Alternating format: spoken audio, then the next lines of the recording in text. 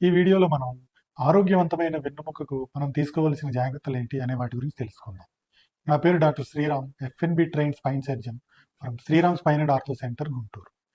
ఇప్పుడు మనం ఆరోగ్యకరమైన వెన్నెముకకు మనం తీసుకోవాల్సిన జాగ్రత్తల గురించి మనం చూస్తే కనుక, ఒకటి, దైనందిన కార్యక్రమాల్లో మనం ఎలా ఉండాలి. ఎక్కువగా మనం మొబైల్స్ అవి యూజ్ చేసేటప్పుడు మొహాన్ని ఇలా వంచకుండా వీలైనంత వరకు స్ట్రైట్గా ఉంచుకోవడం, మొబైల్ యొక్క వినియోగం తగ్గించుకోవడం, తగినంత వ్యాయామం చేయాలి. ఇంకొక రకంగా, ఎక్కువసేపు కూర్చొని ఉండేవాళ్ళు ఒకే పొజిషన్లో అలా కూర్చొని ఉండకుండా అరగంటకి 45 నిమిషాలకి ఒక 10-15 నిమిషాల పాటు నడుస్తూ ఉండడం వల్ల వెన్నుముకలో డిస్కుల్లో అరుగుదల అన్నది తగ్గే అవకాశం ఉంటుంది. వీటితో పాటు క్రమం తప్పకుండా వ్యాయామం చేయడం, కనీసం వారంలో 5 రోజులు అరగంట పాటు వ్యాయామం చేయడం అన్నది మినిమం నెసెసరీ. దీంతో పాటు మనం ఆహారంలో తీసుకోవాల్సిన జాగ్రత్తల గురించి మనం ఆలోచిస్తే కనుక, ఎక్కువగా కాల్షియం ఉండే ఆహారం తీసుకోవాలి.